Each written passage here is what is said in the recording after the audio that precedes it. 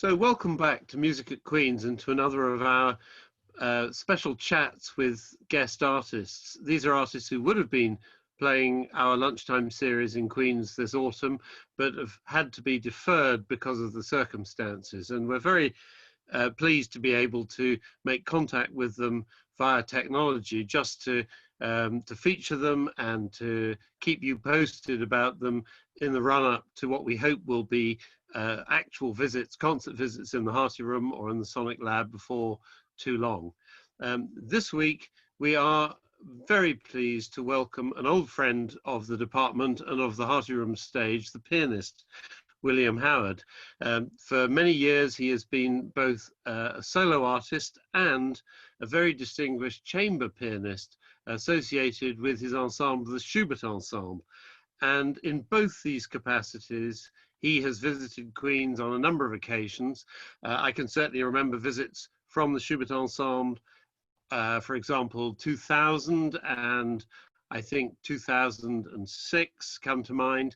And as a solo pianist, I mean, he's given too many recitals to name here, but the most recent of them, for example, would have been, I think, in 2017-18 season.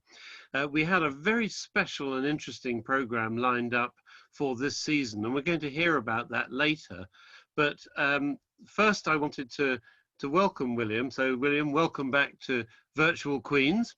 And I wanted to ask particularly about this unusual duality between being a solo artist and a chamber music pianist, because when I came to think about it, there isn't a huge number of pianists that I can think of who kind of hover, you know, 50-50. I mean, there are people who one knows of because of being in a group, and there are people one knows of, recitalists, who also do chamber music. But really, you've managed to keep these going for such a long time.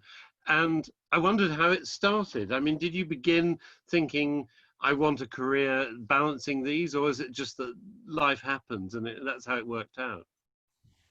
Funny enough, when I started at school, I started playing chamber music, having been a lover of piano music, solo piano music from an early age. But when I had the opportunity to play with colleagues at school, I realized the joy of that.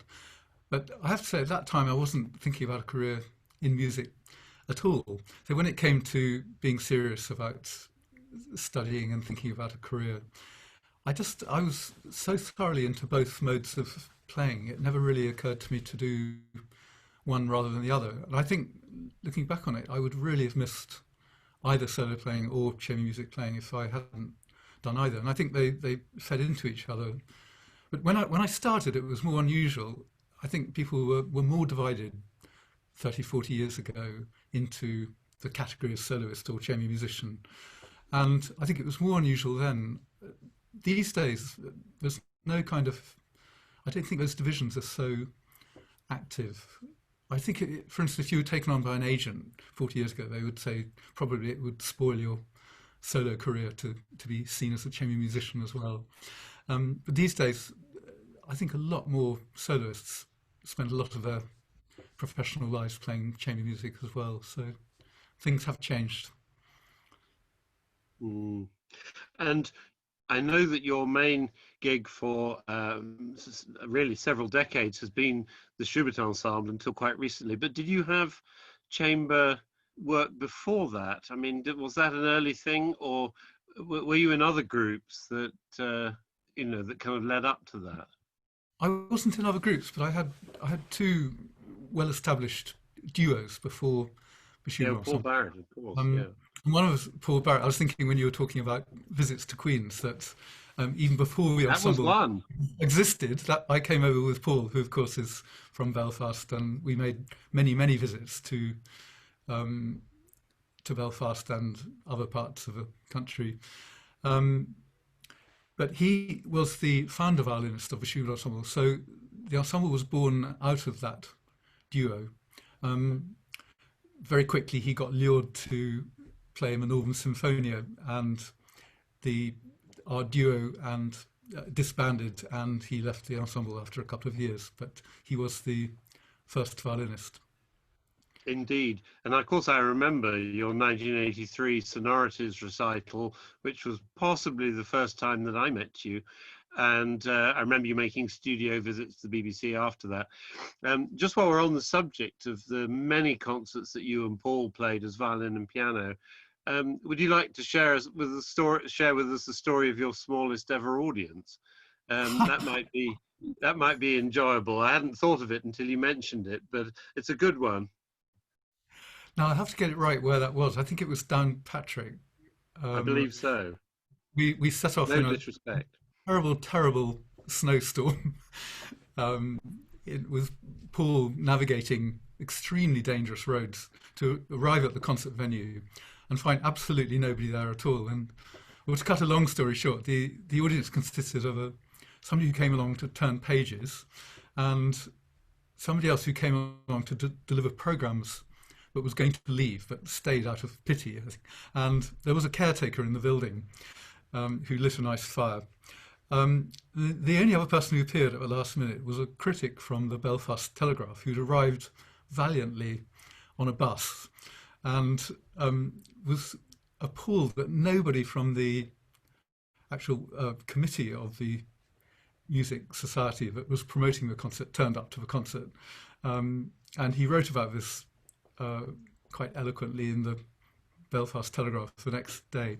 He also had to catch a lift back to Belfast for this after the concert. But we did have, yes, we had an audience of two. The caretaker stayed safely in the bar, two plus a page turner. Just before I get the follow-up, because I know there is a follow-up to this, I'm just going to say that this concert is sounding almost like a sellout to me now. I'd remembered that there was only the caretaker, but now you're introducing all these critics and people, page turners. I'm going to compete with you that in the early 80s, I took a concert up to the Orchard Gallery, I think. And there was a big political story going on that night. And we only got one person who thought that it was a different event and came by accident. But there were about 10 people there who were in the ensemble because we had the Bartok Sonata with percussion and a piece by Elliot Carter which had harpsichord. And so we had a huge number of performers, but only one actual member of the public. So I think that our laurels might be intact there. But just going back to your concert, it was written up in the Telegraph, and I think there was a sequel to that, wasn't there? Well, the sequel was, I was on a British Council tour of the Far East, and I was in the southern part of the island of Java doing a concert in a very remote place. And the brother of the British Council representative came from Belfast, and he started telling me this story of a concert with a very small audience that he'd read about in the Belfast Telegraph without any idea that he was telling it to one of the performers. And it was very nice to be in the sweaty heat of Java to be reminded of this episode. It was a very nice follow-up. Well, it's a wonderful coda to the story. I don't have a coda like that. That's great. And so that, yes, I can see how, having had those kind of experiences, you needed more people in the group simply to guard against kind of loneliness. So there's nobody in the audience. So the Schubert Ensemble started when? I haven't done the maths. Late 80s? 1983. January. Oh, right, as early as that. Okay, with Paul. Yes, I see. Paul and I have been playing together from 1977 or 1978, I think. Mm-hmm. And you've made with that group, you made a kind of global feature of the piano quartet and different kinds of piano quintet, particularly the piano quartet.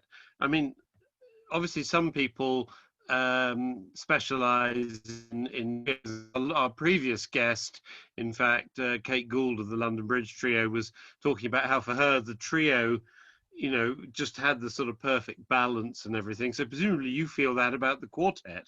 It must have just been the kind of core chamber lineup for you with piano and strings. Was that the secret of its longevity, or one of the secrets?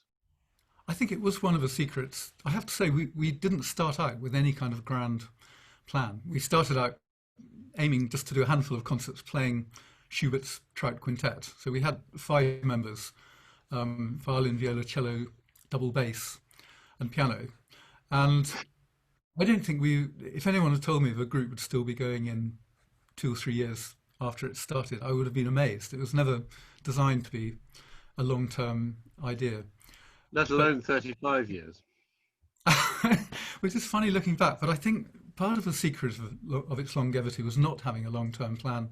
I think we very much, it continued because we enjoyed what we were doing. And as we continued, we expanded our repertoire. We very quickly ran out of repertoire with double bass, well, with all five of us. And so one solution to that was to start commissioning new works. And I think we probably increased the repertoire for that combination about tenfold in our history. But it was a natural evolution to go into piano quartets and other combinations of piano and strings. So we did play quite a lot of trios. And our repertoire became huge over the years. I mean, there must have been, I don't know, 150, 200 pieces that we performed. But people still came up to us sometimes after concerts and said, "Do you only play Schubert?" And so our name was a kind of temporary measure which stuck with us for years and years and caused a little bit of confusion. That's interesting. I'd never understood quite what the origin was. But again, with Schubert having provided two trios and a very famous quintet, but no quartet, in fact, although that was the sort of mainstay of... There's an Adagio and Rondo for piano quartet by there? Schubert. Right, and you did that early on. But... Okay, right.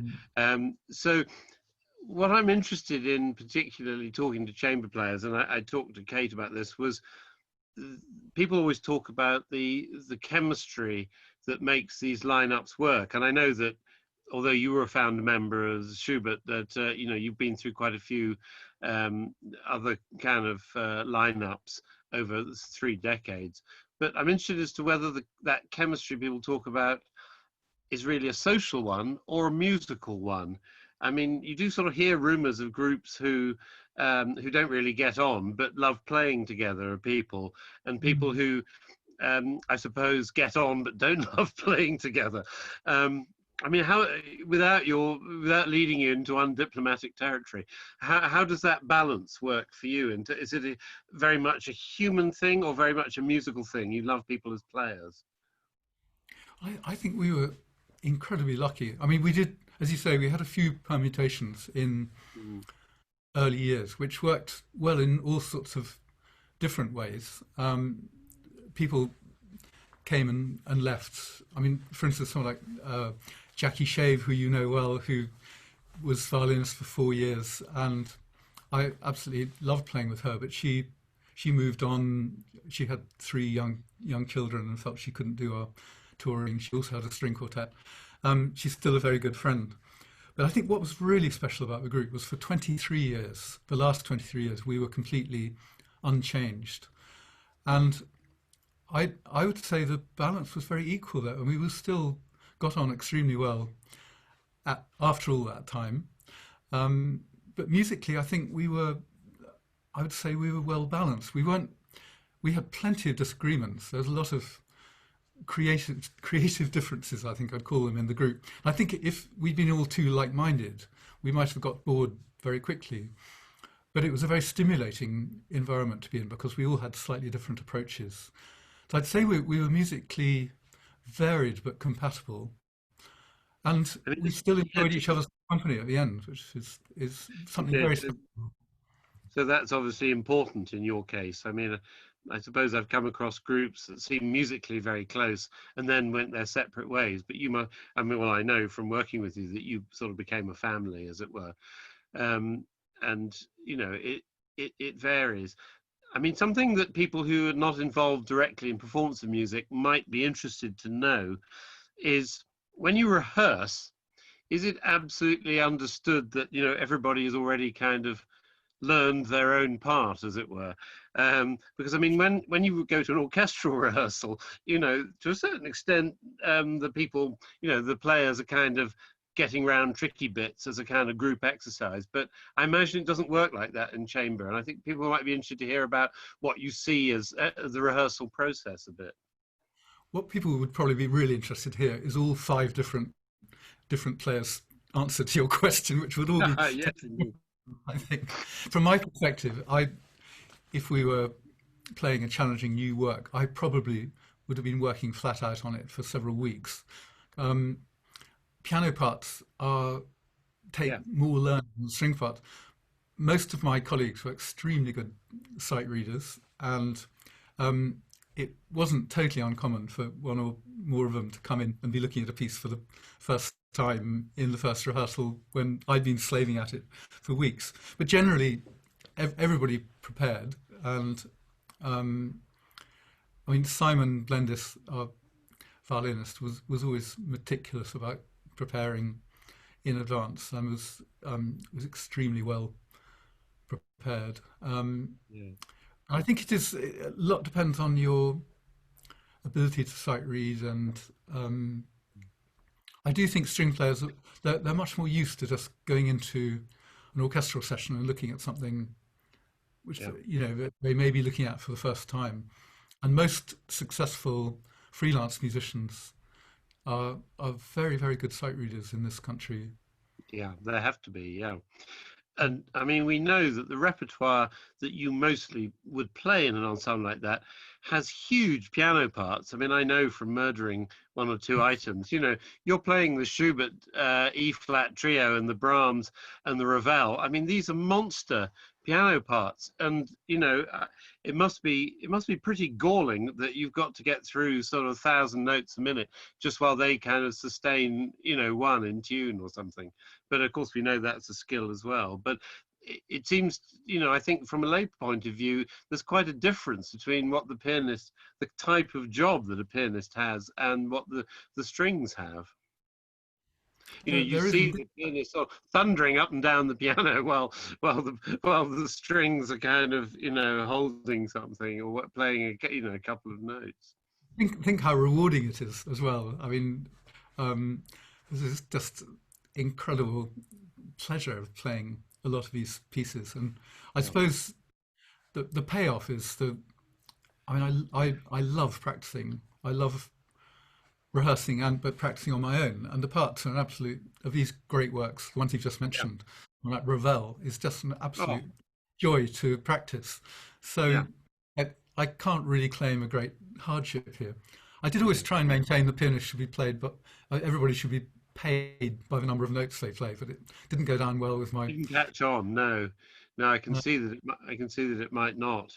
I mean, that's one thing about chamber music, isn't it? That unlike an orchestral player who has perhaps no choice over what they're actually playing, you have a high degree of choice. We won't say that you never have to play things for other reasons, but also that in the 20th century, playing quartets and quintets, you are mostly spending your working hours, your day job, which are antisocial hours, you're mostly spending them surrounded by towering masterpieces of Western civilization. And I mean, I speak not only of the new commissioned works. I mean, you're kind of enjoying the presence of all the Beethoven trios or Schubert trios, the quartets of Brahms and Dvorak, the quintets, as you say, Schubert, Schumann. I mean, that is a really astonishing workplace, isn't it? I'm sure you never took that for granted. absolutely no. No. It's an incredible privilege to live with these masterpieces. I mean, the only thing that got a little bit limited, the piano quartet repertoire, which was for years our core repertoire. I think we really did Yeah, get to the end of it. We had our favourite pieces and we played them a lot. We branched out into trio repertoire a certain amount, but it didn't quite fit with us to be a piano trio. mm, And I think if the ensemble had continued a long time, it, the I think the area we would have branched out into would have been piano quintets with string quartet plus mm. piano. But we never had a permanent second violin. And I think maybe that's something we would have addressed. There's a huge repertoire. I mean, I can think of 30 or 40 pieces we didn't play in the Schubert ensembles Yeah, with that combination. There's a huge repertoire that's very underplayed. And funny enough, it's something I'm in my new existence. It's something I'm still quite keen to explore. Um, cool. Yes, there must be all the things you haven't done that you then think when you leave that, because you talk about this, and it must surprise people to know that the group took a decision to stop. And so in what, 2017 or was it 18, you played your final concert, and that was a conscious decision. I guess many groups kind of, I don't know what, sort of fall apart through acrimony or impecuniousness or something, whereas you took a very planned kind of retirement strategy. And I suppose we should ask why that was, because that's also interesting to people, why a group that's doing so well and plays all over the world would decide to stop and do other things. Or perhaps that's the answer, to do other As you things. say, well, I think it was unusual. It was a well-planned decision that we made several years before. I think we finished in 2018, and we started talking about this in about 3 or 4 years before that. It was like stopping a very, very big ship. You can't just put the brakes on and stop. You have to think several miles ahead, because we had engagements in our diary a long way ahead, often three years or more. I think there are a lot of lesser reasons, but I think the most important one is this idea of finishing well, in that we were still really enjoying playing together. We had lots of dates in the diary. But I was maybe the chief planner of the group, and I was always thinking 5 years ahead. And it got to the point where I was thinking, what are we going to be doing when I am 70 or later? And this feeling that something is going to have to change. And we talked about all sorts of different ways of doing things. I mean, one of the biggest questions was just admin. It's a huge amount of work outside of playing and rehearsing and performing and traveling, actually sustaining an enterprise like that. And I think I would have got a bit exhausted by that if it had carried on indefinitely. I don't think I wanted to get to the point where I woke up one morning and thought, I don't want to be doing all this admin. I don't think I would have got to the point where I didn't want to do the playing.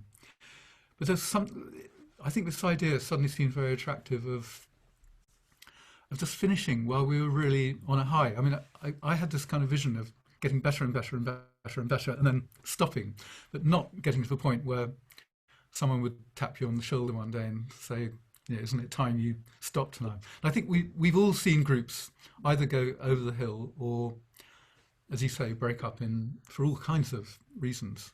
But what we were able to do was to announce to our friends and our supporters and promoters that we were finishing. And we ended up having an absolutely fabulous final season. We did about 70 concerts in our last 9 months. We went around to a huge number of venues in this country, 2 trips to America, playing to people some of whom we'd been playing for decades. And it was a really joyous and momentous way to finish. And our last concert was extremely emotional for all the best reasons. Wow, And one of the things I feel most proud of with the ensemble is the way we brought it to a close. I think one of the most creative things we did.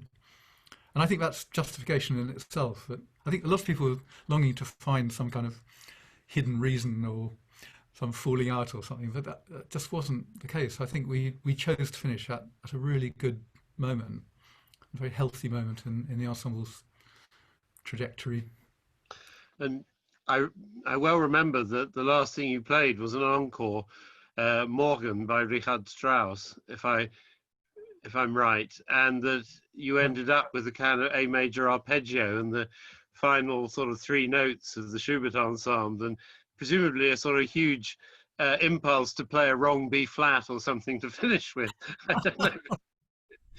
I remember it as an absolute heart-stopping moment. But anyway, so you finished, and since then, and indeed before then, you've been involved very much in sort of projects of an extremely creative kind. I mean, many artists, these solo artists, simply kind of bounce from one concert to the next and sort of pretty much do whatever they have to keep going. But you've always shaped what you do through these projects. And one that I remember because it was quite recent and I was heavily involved in it is the Love Songs project.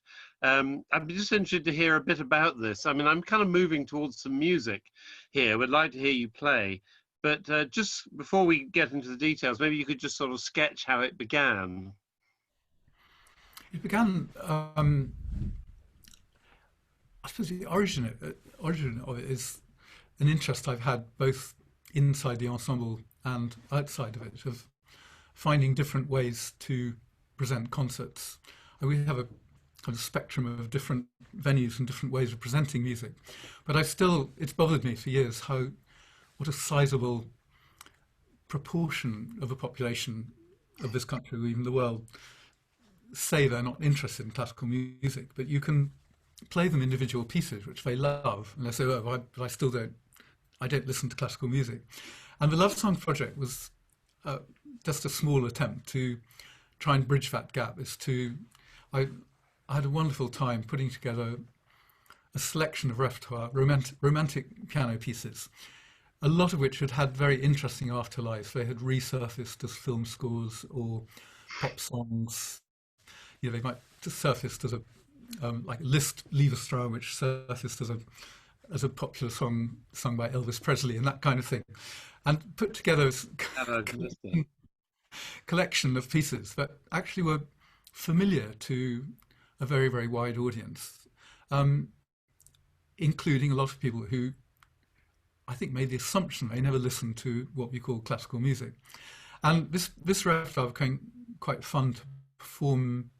I did a series of concerts very specifically aimed at audiences who don't go to concerts or think they don't go to concerts. And it became very, very interesting working material for experimenting. I did a handful of concerts tagged on to standard classical piano concerts in a venue, where I added on a free concert open to anybody, just an hour in the morning. People could bring children, and played. These pieces were wonderful material for that. A lot of them had interesting stories attached. Without exception, they were all extremely beautiful pieces, and it was very interesting to gauge the response of people.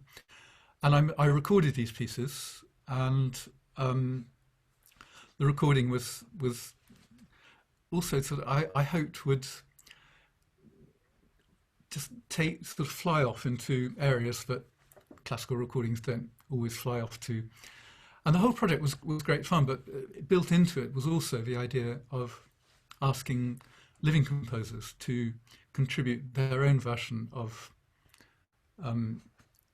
pieces that, because they all enjoy the theme of love, I think that opens the door to audiences. I suppose that's the point of calling them love songs. They were all pieces. I was going to ask you, yes. I mean, what, having done this major project, what is your sort of definition of what a love song is in music? I mean, if we take the singer and the words out of it, what did you end up thinking unified all these pieces, if anything?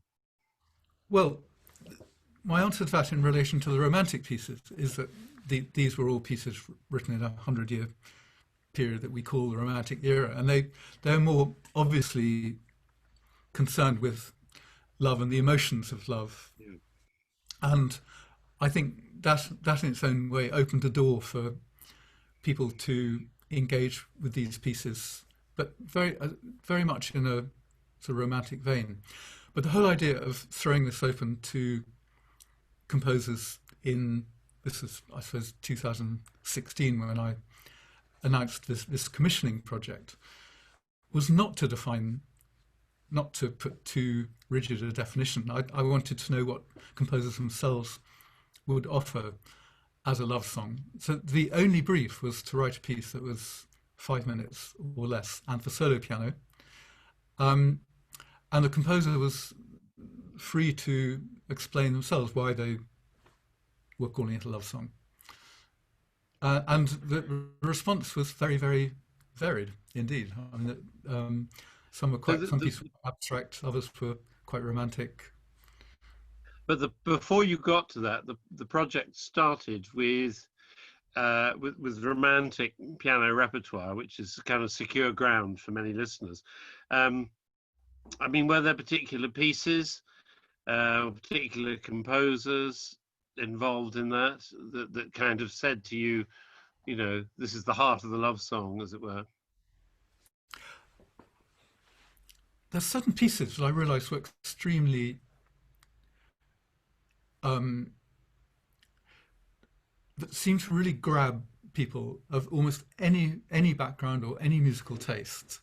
I was sort of amazed. I went on YouTube and found an orchestral version. I have to say, a dreadful orchestral version of Schubert's Ständchen, his serenade, which had had millions and millions of viewers on YouTube. And I thought, these viewers are not going to be all classical music lovers. In fact, probably maybe very few of them were. But the piece had kind of wide engagement. And so one of my contributions to my recorded album was Liszt's very, very beautiful arrangement of Schubert's Ständchen.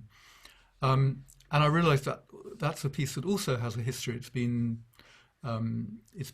converted into pop songs. It's been used in all kinds of film scores and things. It's a piece that had an afterlife that's in itself very interesting. It seems to have a very, very wide appeal, and yet it's a beautiful art song written in 1828 by Schubert.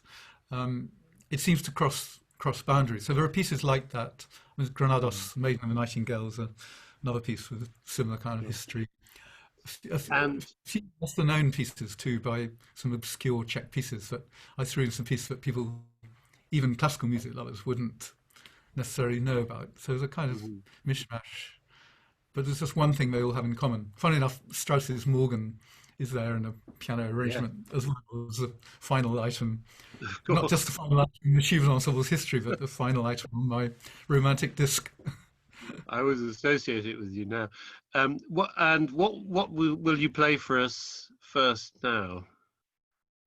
What would you funny like? Enough, it's not one of the pieces I put on my Love Songs album, but it is something I've always regarded as a love song. It's Chopin's posthumous Nocturne in C sharp minor, which he wrote for his sister, who was studying Chopin's second piano concerto at the time. So it's an affectionate gift to his sister, and in that sense, an offering of love.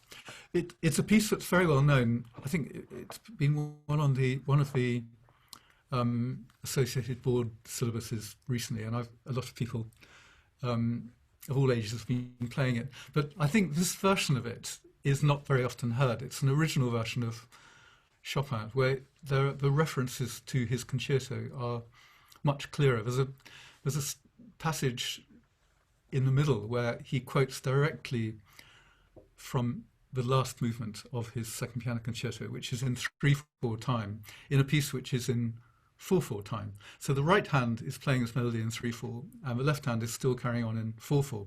This is quite unusual in Chopin's time, and when the piece was first published, this was edited out, and the rhythm was normalized by Fontana, the publisher.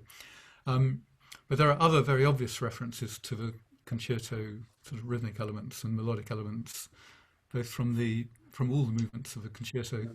And it's in the version I'm playing, these connections are much clearer.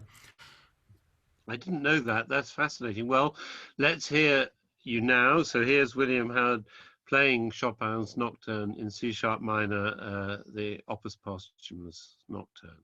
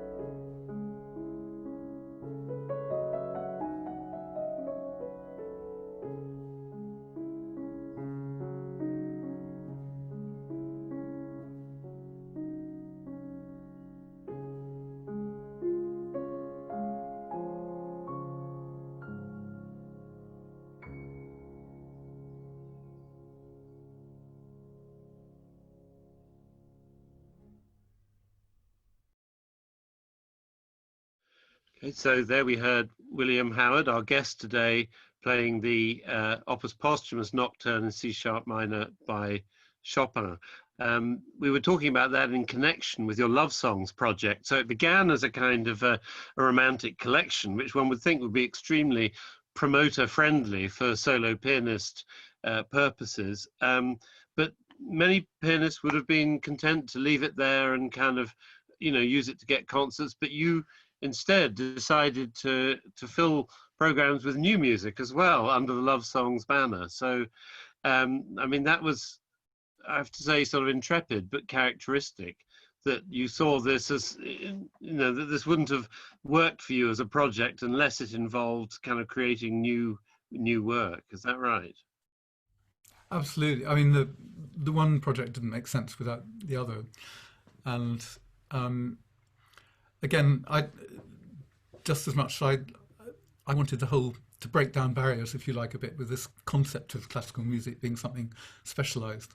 The whole point about commissioning love songs from living composers is the idea of just taking away one barrier by offering a subject matter that everybody can engage with. And there's something about the concept of a love song that I think most people on the planet will get the idea of what that's about. And maybe that would be one barrier less to numerous people I know who, and have met in the course of my life, who say, oh, I don't listen to contemporary music.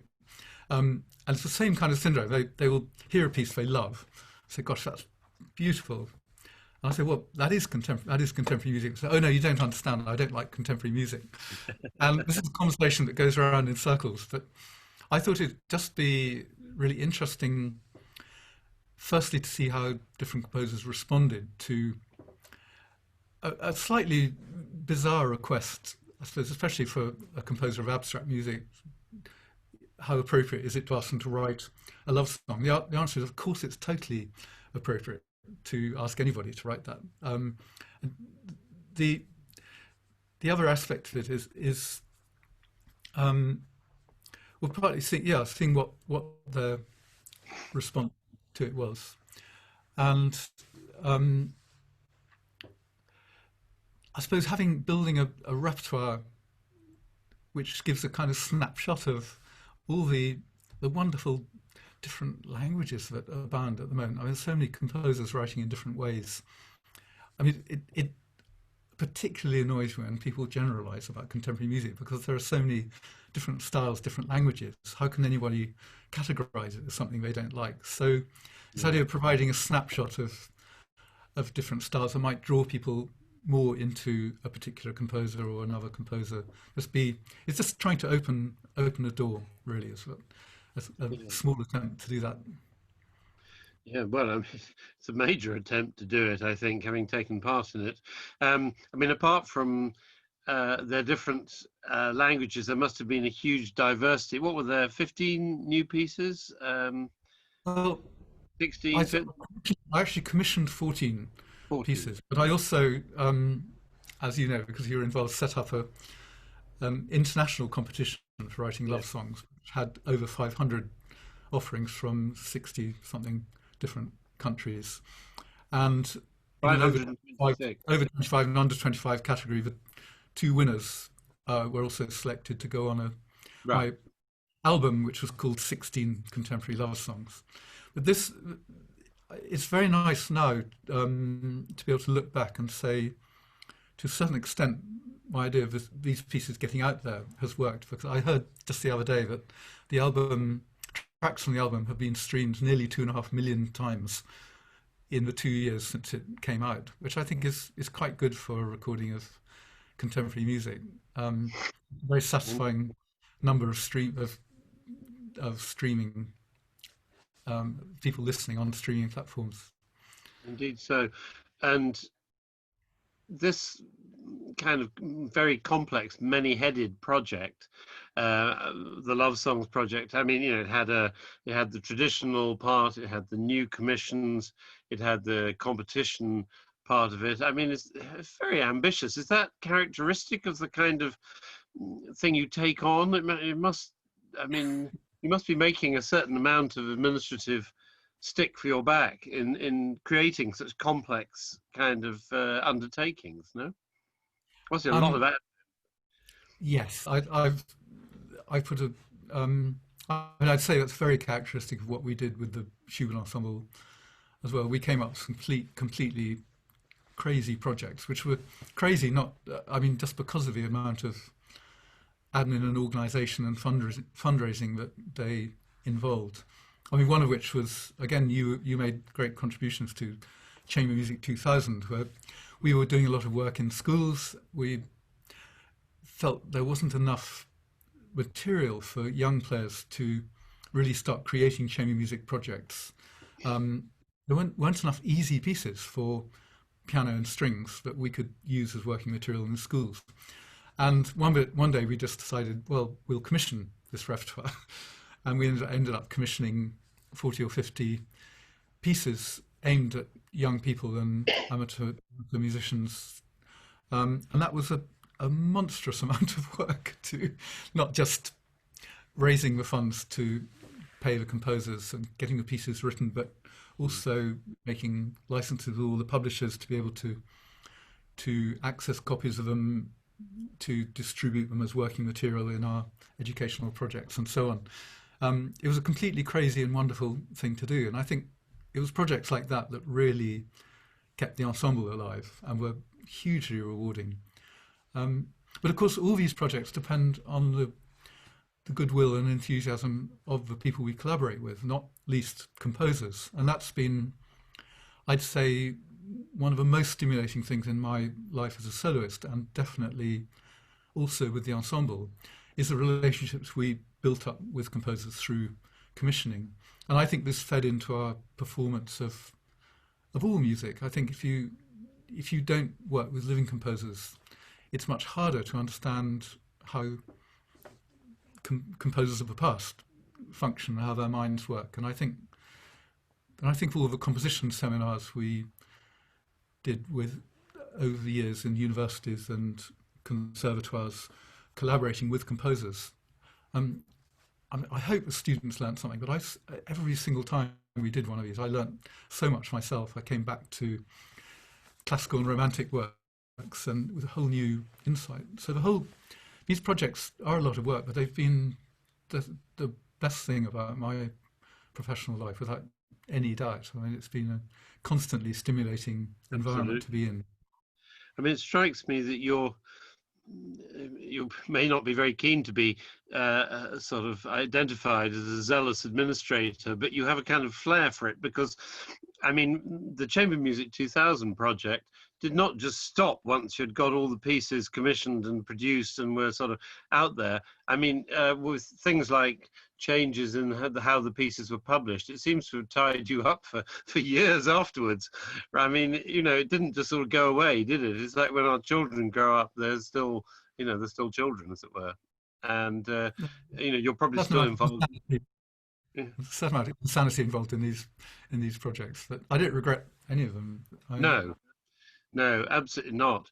And by the same token, Schubert Ensemble has an astonishing record, and I speak as a composer, has an astonishing record of creating and then standing by new works. Whereas there are so many groups that simply are defeated by, they don't know where to raise the money, or, promoters don't like it or whatever. There's such a kind of negative saga. Goodness knows now what it's like in 2020 as we speak. But historically, there have been so many excuses one's heard, but Schubert Ensemble wasn't like that. And again, I don't suppose you all sat around with a master plan and said, let's commission lots of music. But was that just a sort of natural thing that you just wouldn't have imagined not doing it like that? Again, it's a policy that evolved over years. We started commissioning in year 2 of the ensemble. Well, I said we planned it in year 1. Our first commission was a quintet by Colin Matthews in 1984. And it very quickly appeared to us it was something very stimulating to do. So commissioning was there right from the beginning.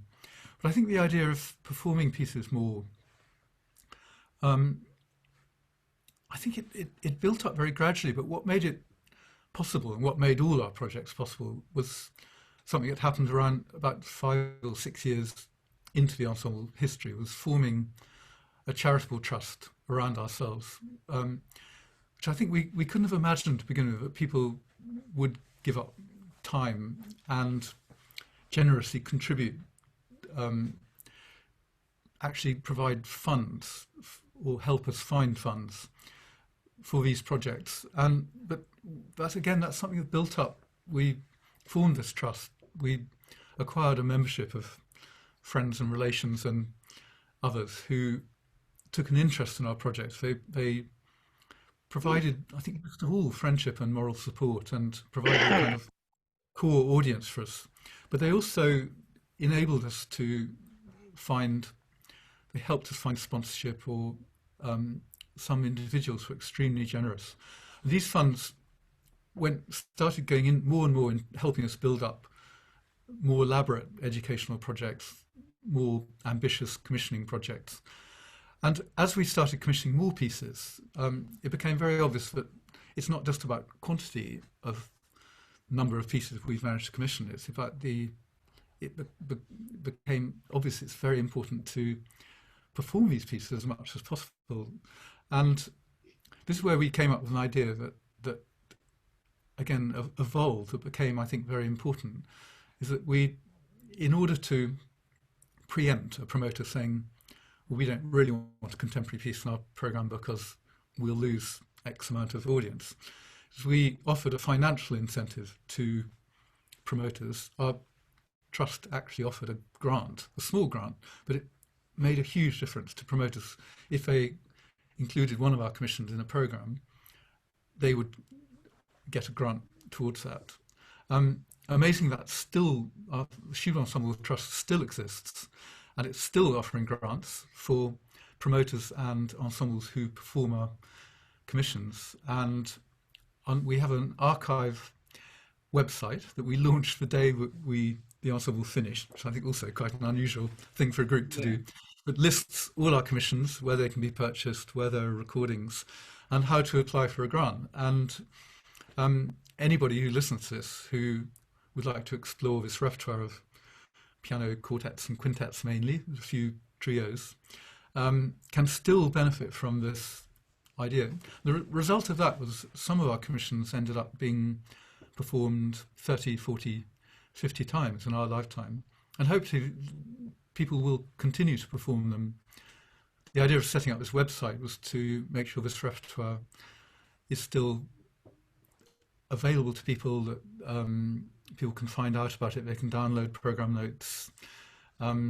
So although the ensemble doesn't exist anymore, we're hoping to keep our legacy alive in that way. It's an extraordinary can-do attitude. I mean, just for anybody who thought they may be misunderstood there, what we're talking about was the ensemble actually providing a financial incentive to a potential promoter to allow the contemporary work, whether a new work or even harder to do, a recently commissioned work not by them, to be played. So actually paying promoters to take that risk. I mean, I've still not found other artists who have done that on behalf of composers, and it really is an astonishing and an astonishing sort of gesture. It's more than a gesture, that has kind of, as you say, generated a huge number of performances. So I mean, thank you on behalf of a large number of composers for just the simple brilliance of that idea, as well as its selflessness.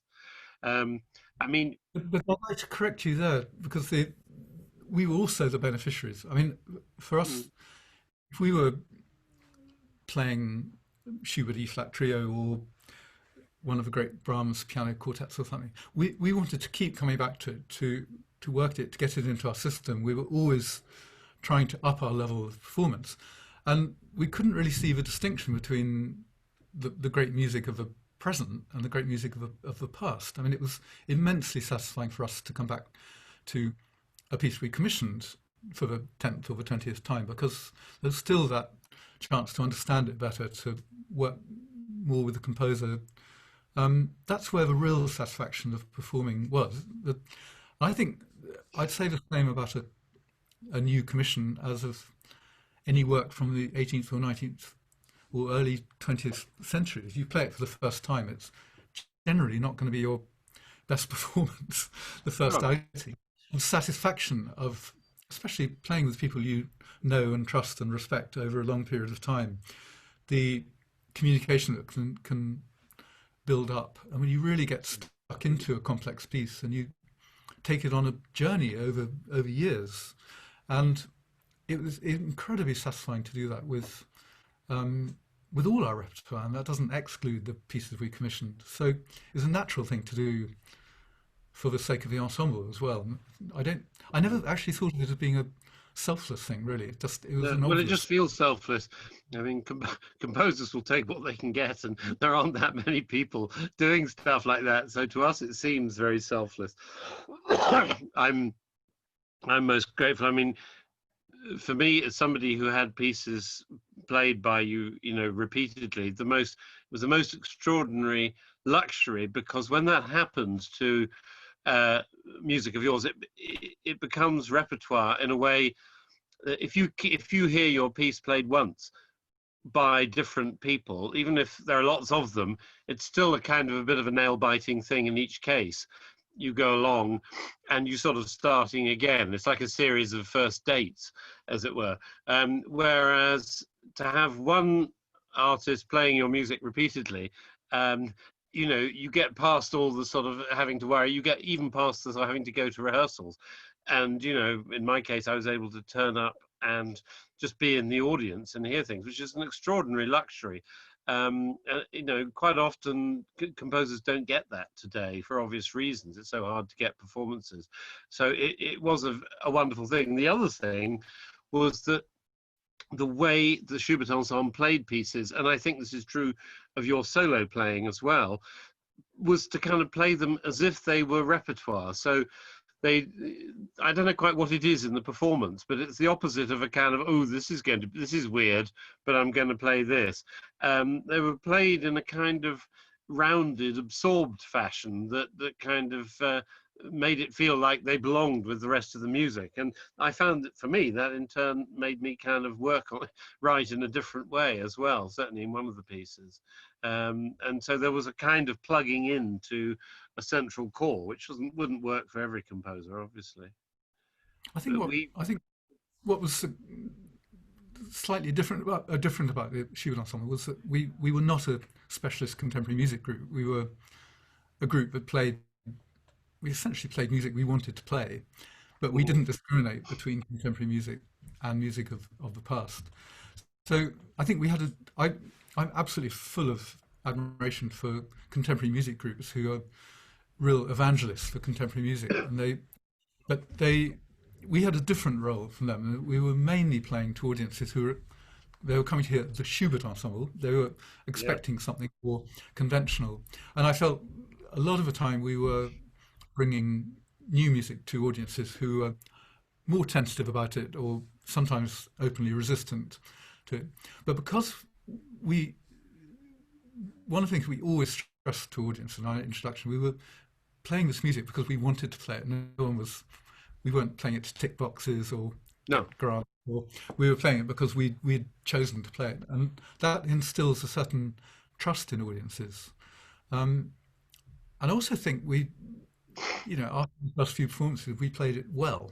And that, I think, to really play music, like when you believe in it and you've worked it into your system, gives the composer a much better chance of being appreciated. Absolutely. It's all music. I mean, it's so essential that anybody hearing something strange hears it played with complete conviction, and let us say accuracy, but more importantly, complete conviction, because otherwise it doesn't have a hope, and that is very important. So what about some more music now?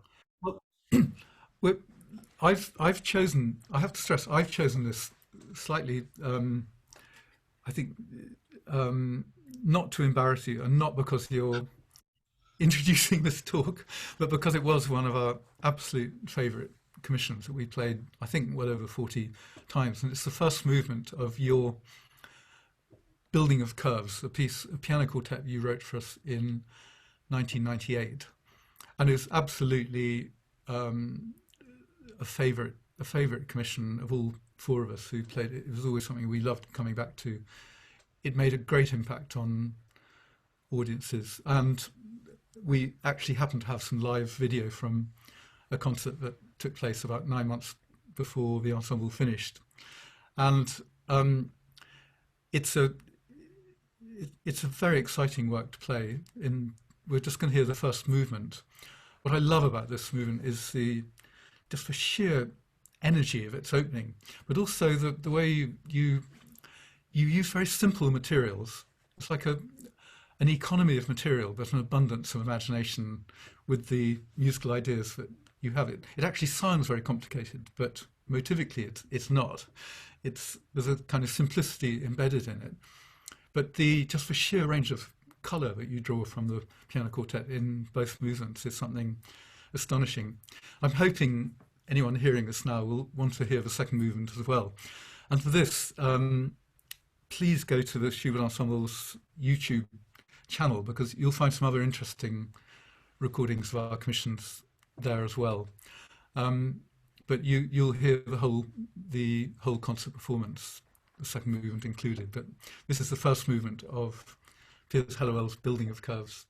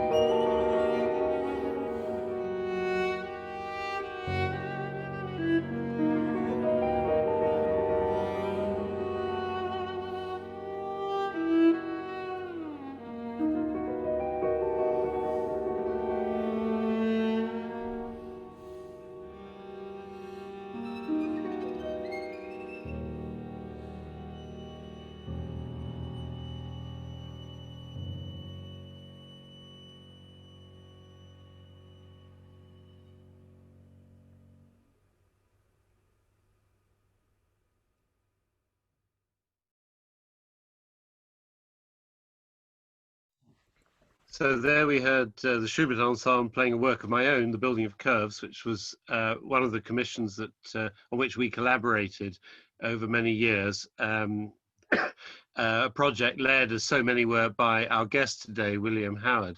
I'll just note that that live performance was actually given on the stage of my old school hall, which gave it a particular kind of poignant thrust for me. I'm convinced that some of the people were still in the audience who used to be there when I was at school in the 60s or 70s, but it was wonderful to kind of go back and have stuff played there. But thank you very much for that. Now, William, we've talked a lot about the ensemble, but obviously you've been a solo pianist since that finished, and then you've had to deal with the huge disruption to all musical activity that we've all suffered this year. You were to come to Queen's to play on this occasion a concert for us. Your last concert involved a mixture of Chopin and contemporary work, but what had you got for us? Because I think that you were working on a new project when we planned this concert, a new project involved with exploring the Prelude and Fugue sort of genre, which again is something that most pianists are perhaps overlooking. It sounds more like the province of the organist. So could you tell us how this came about and what you would have done and maybe what you will do when we can get you to the Hearty Room? The centerpiece of my concert would have been 24 Preludes and Fugues written by Howard Skempton, which he composed for me last year. And I was building a program around that, and I hope when I come back to Queen's that will be the same format. This will form the center of my recital. Again, it's a 23-minute cycle of 24 Preludes and Fugues. So if you can do the maths, they're very short. Each prelude and each fugue is roughly 30 seconds long. Each prelude and fugue fits onto a single page of A4. The idea for this came up when Howard was reviewing in 2011 a cycle of 24 Preludes and Fugues written by the Czech composer Pavel Novak, which I had just recorded, which he wrote for me over a 17-year period from 1989 to 2006. And this is a very different cycle. It's 75 minutes long, prodigiously difficult to play. It's an absolutely amazing piece. Howard wrote a very favourable review of this of a recording in Tempo magazine, but he also said at the same time that he would like to write 24 Preludes and Fugues for me as well. We came back to this idea in conversation sort of every year or every other year for a while, but he suddenly, at the end of 2018, he had a commission fall through and suddenly decided it was the moment to write his own cycle. And I feel immensely proud to have had two cycles of 24 Preludes and Fugues written for me. And they're wonderfully different and compatible. I dream of playing them both in the same evening, although that would be quite a long recital. But Howard's are,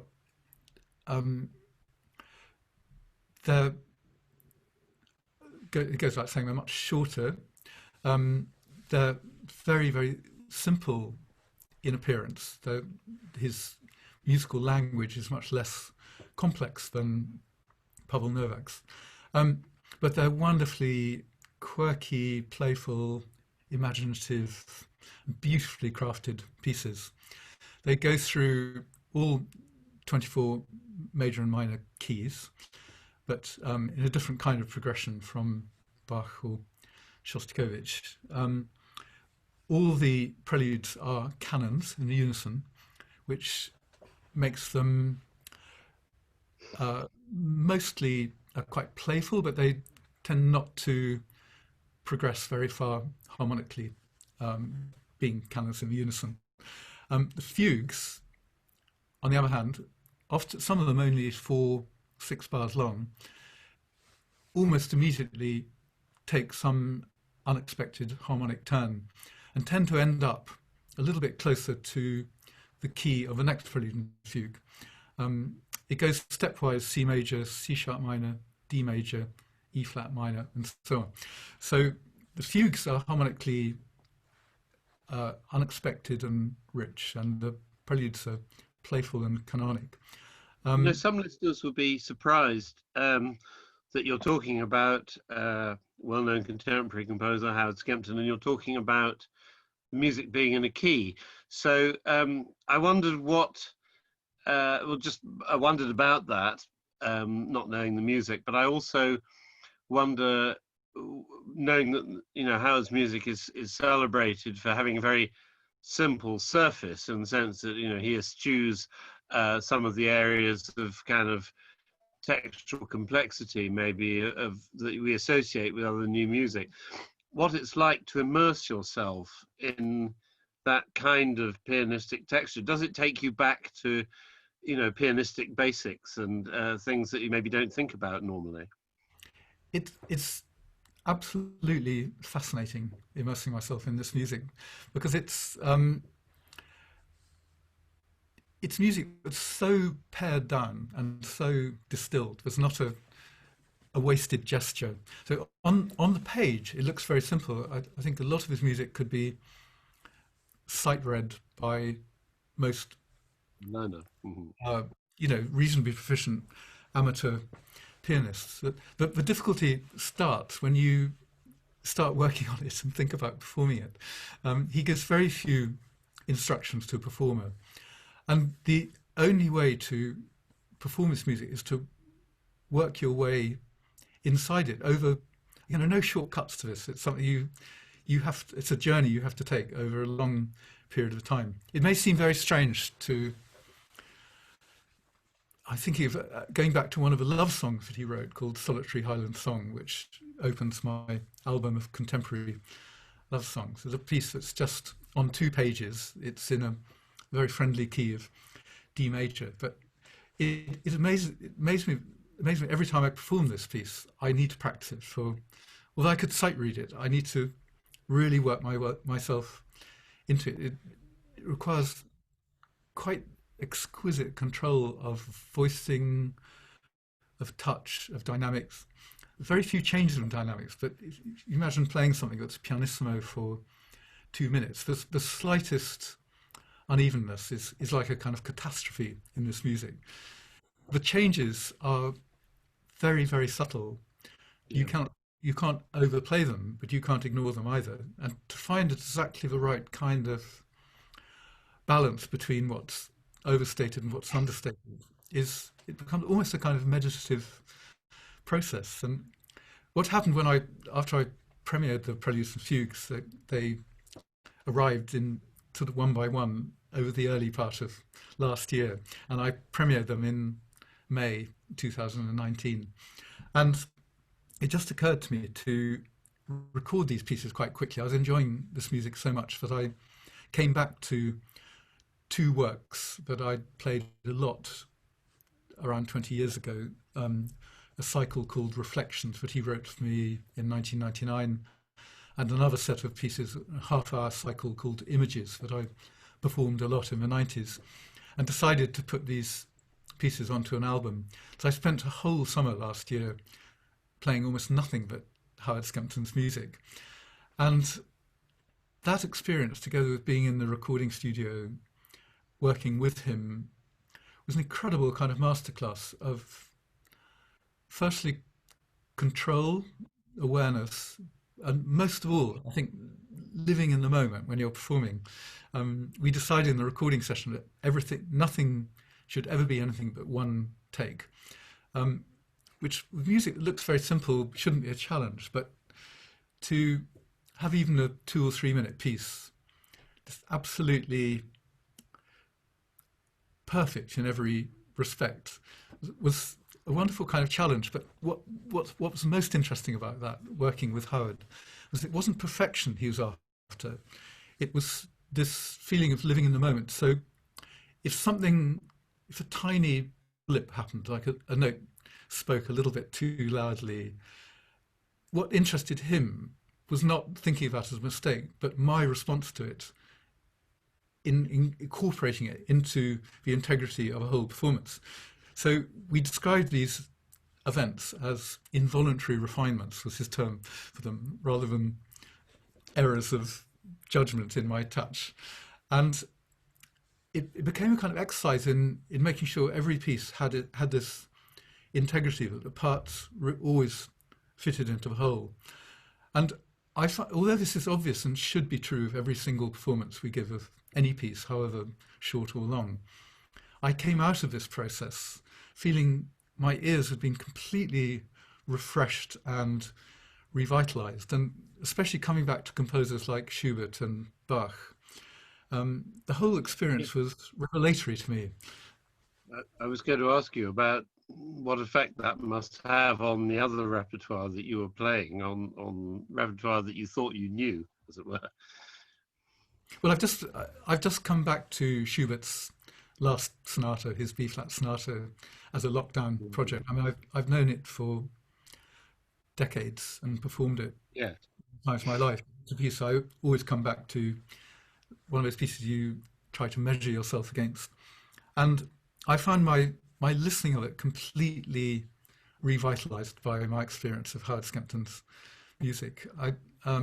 It's very hard to explain how that translates into a performance, but I just found myself listening with there's two things: listening inside the music more than I had done before, and also this feeling of being completely in the moment in performance, but never losing sight of the whole, even though, unlike Howard's music, which is like half a minute or 2 minutes long, but this is a 40-minute piece, and you can still have that same feeling of never losing sight of where you are in the whole work.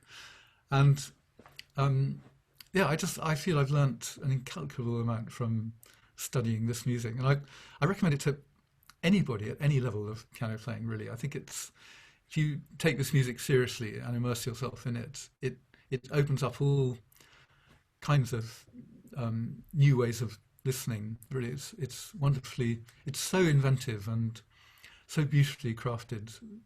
He's a composer who knows exactly what he's doing.